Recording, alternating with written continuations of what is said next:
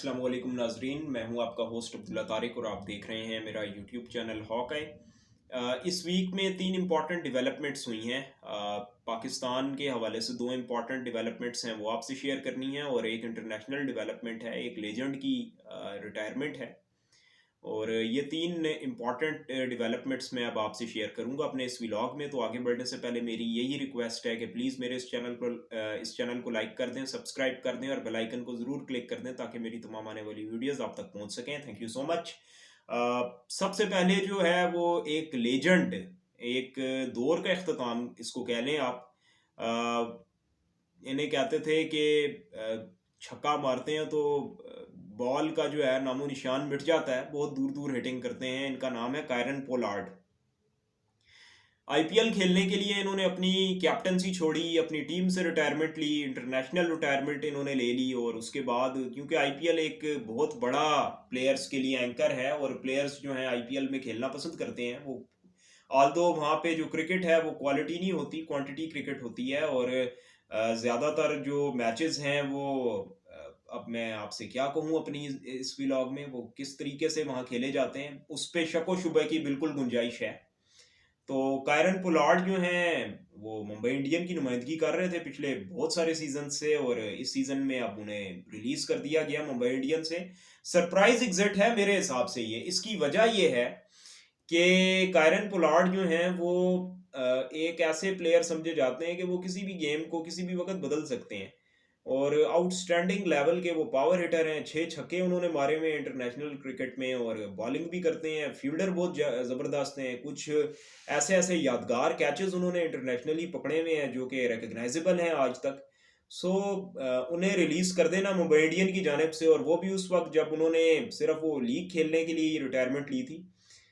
तो ये Kieron Pollard जो हैं चले गए, और अब मुझे ऐसे ही लगता है कि शायद इंटरनेशनल लीग्स जो हैं वो अब इन्हें कम ही खिलाएंगी, क्योंकि जब आप मेंटोर बन जाते हैं उसके बाद आपका जो फोकस होता है मेनली वो आपकी कोचिंग पर होता है। तो आईपीएल में तो ऑलरेडी बहुत सारे कारतूस जो हैं, चले हुए कारतूस, जिनमें टॉम मूडी हैं वो फारिग हो चुके हैं। इसके अलावा अगर देखें तो गैरी क्रिस्टन भी नज़र नहीं आते। कुछ अरसे में देखिएगा तो माइक हेसन को भी फारिग कर देंगे वो। और इसी तरीके से कायरन पोलार्ड और दीगर मेंटोर्स के साथ भी आगे चल के होगा। एनीवेज बहरहाल जो परफॉर्मेंस है कायरन पोलार्ड की वो मैं शेयर कर देता हूँ आपसे। 3,400 से ज़्यादा रन उन्होंने स्कोर किए हैं, और जो एवरेज है वो ठीक है इनकी। 171 मैचेस उन्होंने खेले हैं, और जो स्ट्राइक रेट था वो 147 का था, 17 50 थे, 87 हाईएस्ट है। 101 इनिंग्स इन्होंने बॉलिंग की, 101 इनिंग्स में यानी कई दफ़ा बॉलिंग करने आए हैं, और 69 विकेट्स भी इन्होंने हासिल किए हैं। कैचेस बहुत बड़े बड़े इन्होंने पकड़े आईपीएल में, बड़े लाजवाल कैचेस करते रहे हैं ये। लेकिन अब मैं ये कहना चाहूँगा कि इंटरनेशनल क्रिकेट फ्रेटर्निटी को भी सोचना पड़ेगा कि आखिर कब तक आपके जो प्लेयर्स हैं वो आपकी इंटरनेशनल कमिटमेंट्स को छोड़ के आईपीएल की तरफ जाते रहेंगे। अगर देखा जाए तो कायरन पोलार्ड मेरे हिसाब से वेस्ट इंडीज को जब तक उन्होंने रिप्रेजेंट नहीं किया, जब तक उन्हें मैचेस नहीं जितवाए, तो वो कोई बड़ा नाम नहीं बन सके। आईपीएल में खेल के कोई प्लेयर बड़ा नाम नहीं बना। मैं आपके सामने एक बड़ी प्राइम एग्जांपल रखता हूँ कि एक बॉलर होते थे केवन कूपर। केवन कूपर का कोई सानी नहीं था। 2013 14 15 16 राजस्थान रॉयल्स के लिए आते थे। 16 ओवर्स के बाद तो प्लेबल बॉलर अनप्लेबल बॉलर वो होते थे, और डेप्थ में तो एक जिसे कहते हैं उनका कोई सानी नहीं था। आउट करते थे विकेटें। इवन कई दफा तो वो ओवर्स जो है बिल्कुल ही फुलर बॉलिंग यॉर्कर्स कर करके बैट्समैन को डिसमेंटल करके रख देते थे। सो इंटरनेशनली वेस्ट इंडीज को उन्होंने रिप्रेजेंट नहीं किया हुआ था केवन कूपर ने। तो जब आईपीएल से एक आधा सीजन उनका फ्लॉप किया, उसके बाद वो केवन कूपर पता नहीं कौन सी अंधेरियों में गुम हो गए, उसके बाद मिले ही नहीं, और आज उनका कोई नाम भी नहीं जानता। लेकिन वो एक वक्त में आईपीएल के एक बड़े ही प्राइम फास्ट बॉलर हुआ करते थे। तो कहीं यही चीज़ पोलार्ड के साथ भी ना हो। लेकिन अब मैं आपको एक बात और प्रिडिक्ट कर दूं कि अगले जो सीजन्स होंगे अब उसमें ये पीएसएल में भी आएंगे, अपना नॉमिनी जो है वो ड्राफ्ट में डालेंगे। इसके अलावा ये दीगर लीग से भी अब राब्ते करेंगे। तो कायरन पोलार्ड का जो कैरियर है वो आईपीएल की वजह से अब बहुत जल्दी खत्म हो गया है। अभी उनकी एज जो है मिड 30s में है वो ऑलरेडी, लेकिन उनका कैरियर जो है आईपीएल ने ऑलमोस्ट जो है वो ठिकाने लगा दिया है। और अब वो बैटिंग कंसल्टेंट बनेंगे। देखते हैं बैटिंग कंसल्टेंट कितने अरसे तक मुंबई इंडियन उन्हें रखेगा। तो अब मैं यही चाहूंगा कि जो इंटरनेशनल बोर्ड्स हैं वो इस बात को सोचें कि आपके जो प्लेयर्स हैं वो आईपीएल में नहीं उन्हें जाना चाहिए, उन्हें क्वालिटी क्रिकेट की तरफ आना चाहिए। और अभी आप देखेंगे कि जो पीएसएल होगा हमारा, तो उसमें बहुत सारे प्लेयर्स जो हैं आके जब पीएसएल में खेलेंगे तो उनको उनकी जो प्लेयर कैपेबिलिटीज हैं वो बढ़ जाएंगी। इंडिविजुअल कैपेबिलिटीज जब उनकी बढ़ेंगी तो वो इंटरनेशनली जाके जब भी अपनी इंटरनेशनल टीम की नुमाइंदगी करेंगे तो उन्हें बहुत ज़्यादा फायदा होगा, क्योंकि वो क्वालिटी क्रिकेट खेलेंगे। और उन्हें ग्लैमर से ज़्यादा अगर क्रिकेट को फोकस करना है तो पीएसएल में आना चाहिए। और बहुत सारे लोग आ रहे हैं, तो अगले सीजन में आप देखेंगे कि आईपीएल से एक बहुत बड़ी तादाद में मजीद भी प्लेयर्स आएंगे, और उनमें से एक कायरन पोलार्ड भी होंगे। सो ये तो थे कायरन पोलार्ड। दूसरी खबर जो है वो अब्दुल रज़ाक के रिलेटेड है। अब्दुल रज़ाक ने जो है पीसीबी के जो कोचिंग पैनल है उससे रिज़ाइन कर दिया है। इसकी जो अब्दुल रज़ाक ने लॉजिक दी है वो तो ये दी है कि जी मेरा मुख्तलिफ चैनल्स के साथ जो है मुआहदा हो गया है, और मैं अब टीवी पे बैठूंगा और मैं एक्सपर्ट ओपिनियन दूंगा। और हर बंदे को हक है अपना फैसला करने का, अपना कैरियर खुद चूज करने का। तो रज़ाक ने फिलहाल तो ये कहा है कि जी मैं कोचिंग से ज़्यादा जो है वो मीडिया पर फोकस करना चाहता हूँ, मेरा मुआहदा हो गया है, तो दैट्स वाई रिज़ाइन। लेकिन इसके पस मंज़र में दो इम्पॉर्टेंट वजूहात हैं, वो मैं आपके सामने रखता हूँ। पहली वजह तो ये है कि जी हैदराबाद हंटर्स एक फ्रेंचाइज है जो पीजेएल में अभी ही हाल ही में खेली है, और उसमें अब्दुल रज़ाक हैदराबाद हंटर्स के कोच थे। तो रज़ाक ने डेफिनेटली टीम सेलेक्ट की है हैदराबाद हंटर्स की। तो वो टीम एक मैच भी नहीं जीत सकी, जिसकी वजह से उन पर बहुत ज़्यादा क्रिटिसिज्म आया कि वो प्लेयर्स को आइडेंटिफाई नहीं कर सके। जब तक आप अंडर 19 की एज में टैलेंट को आइडेंटिफाई नहीं करेंगे, अनटिल अनलेस आप जो है फिर कोचिंग में किसी सूरत सक्सीड नहीं हो सकते, क्योंकि कोचिंग में आपकी जो टैलेंट आइडेंटिफिकेशन स्किल है वो बहुत ज़्यादा इंपॉर्टेंट है। सो अब्दुल रज़ाक जो हैं वो उसमें कोई रिजल्ट्स ला नहीं सके अच्छे, दैट्स वाई उन पे क्रिटिसिज्म आ रहा था। और सेकंड जो इम्पॉर्टेंट बात है वो ये है कि पीसीबी ने इस साल ना दो फॉरेन कोचेस लगाए हैं जो हेड कर रहे हैं। एक तो पॉल निक्सन है, वो सिंध की टीम के साथ मुंसलिक हैं इस time as a head coach. और पॉल फ्रैंक्स जो हैं वो सेंट्रल पंजाब की टीम के साथ एसोसिएट हैं। तो अब्दुल रज़ाक को उनके अंडर काम करना पड़ा पॉल फ्रैंक्स के।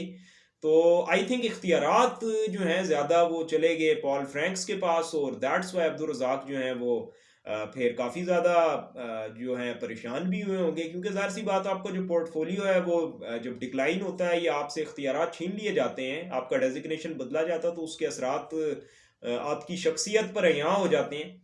सो दैट्स वाई अब्दुल रज़ाक ने फिर वहाँ से आफियत जानी कि मैं रिज़ाइन ही कर दूँ, और उन्होंने रिज़ाइन कर दिया। तो ये तो दो वजूहात हैं, और ये बड़ी ही इनर सोर्सेज ये बात आप कंफर्म कर रहे हैं कि ये रीजंस हैं। और बहुत ज़्यादा, क्योंकि पीजेएल में सबसे पैथेटिक परफॉर्मेंस रही है हैदराबाद हंटर्स की, जिसको सिलेक्ट ही अब्दुल रज़ाक ने किया हुआ था।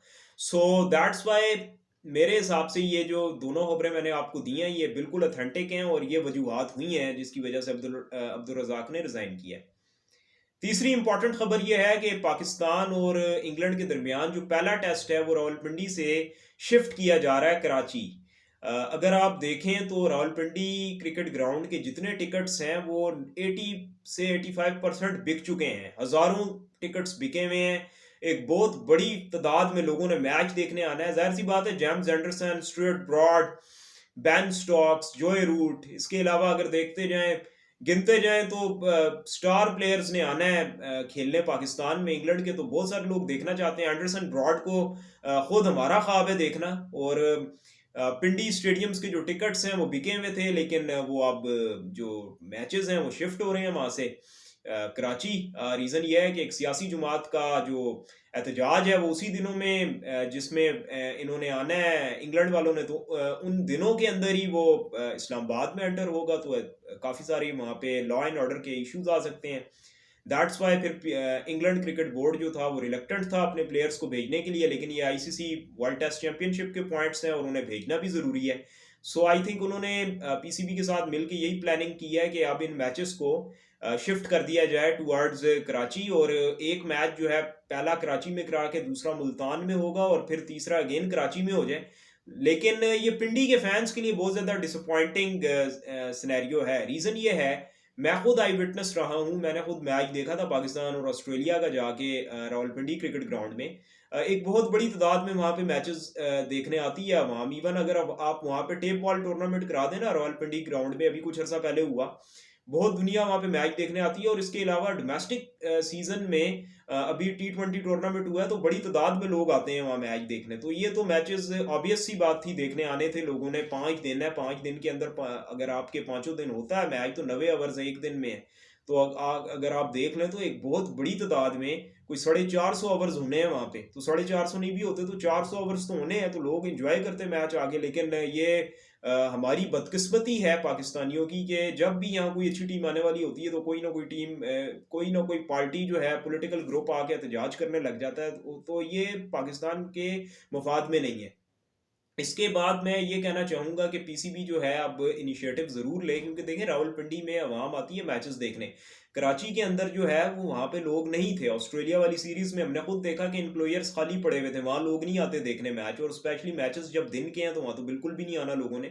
सो इस मैच को, जो पिंडी वाला मैच है, अगर आप इसको स्केड्यूल कर ही रहे हैं पहले टेस्ट मैच को कराची में, तो आप इसका जो तीसरा टेस्ट है वो रीस्केड्यूल करें फिर रावलपिंडी में, ताकि अवाम ने, जिसने कोई 80 से 85% तक टिकट खरीद लिए हैं, तो उस अवाम को फायदा तो हो ना अब इतने टिकट्स का। अवाम को यहाँ से पैसे का कोई प्रॉब्लम नहीं है, अवाम ने खरीदे हैं टिकट्स, अपनी जेब से लिए हैं। सो अवाम को अब मैचेस देखने का हक है, और यहाँ से लॉजिस्टिक्स का इतना मसला भी नहीं है, तो आप डेफिनेटली वापस आ सकते हैं इस्लामाबाद। तो देखना होगा पीसीबी क्या इनिशिएटिव लेता है। जो ज़राए हैं पीसीबी के वो ये बता रहे हैं कि अभी तक इस पे कोई ख़ास डेवलपमेंट नहीं हुई है, लेकिन मेरी असेसमेंट यही है कि पीसीबी जो है इस टेस्ट मैच को शिफ्ट करेगा, क्योंकि ये सीरीज़ जो है हमें हर हालत में स्केड्यूल करके उसको यहाँ पे कंप्लीट करना है, ताकि जो अगले साल का एशिया कप होना है पाकिस्तान में, उसके लिए जो इंडिया रिफ्यूज़ कर रहा है अब तक आने के लिए, उसको कोई बहाना ना मिल जाए। सो इसमें रिक डैगिसन जो हैं वो सिक्योरिटी इंचार्ज हैं पीसीबी के और ईसीबी के, वो तो काफ़ी मुआवनत कर रहे हैं वो भी। सो उम्मीद यही है कि कोई ना कोई जो है हल निकल आएगा। तो ये तो आज की खबरें थी जी, मैंने बड़ी डिटेल से आपसे शेयर कर दिया। कैरन पोलार्ड का जो किस्सा था वो तमाम हुआ आईपीएल के साथ। इसके अलावा अब्दुल रज़ाक जो हैं उन्होंने भी रिज़ाइन कर दिया है। और तीसरी खबर ये जो मैंने आपको टेस्ट मैच की स्केड्यूलिंग के हवाले से मैंने आपसे डिस्कस कर दी है। सो आज का व्लॉग यहीं पे ख़त्म करते हैं। ये इंशाल्लाह वीडियोस का सिलसिला जारी रहेगा, लेकिन अब जो आने वाली खबरें हैं, मैंने पीएसएल की रिटेंशंस आपसे शेयर की हैं, आईपीएल की रह गई हैं।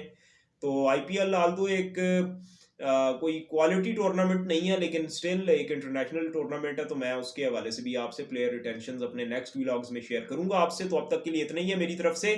जाते जाते यही रिक्वेस्ट है कि प्लीज़ मेरे इस चैनल को लाइक कर दें, सब्सक्राइब कर दें और बेल आइकन को ज़रूर क्लिक कर दें, ताकि मेरी तमाम आने वाली वीडियोस आप तक पहुंच सकें। Thank you so much. खुदा हाफिज़।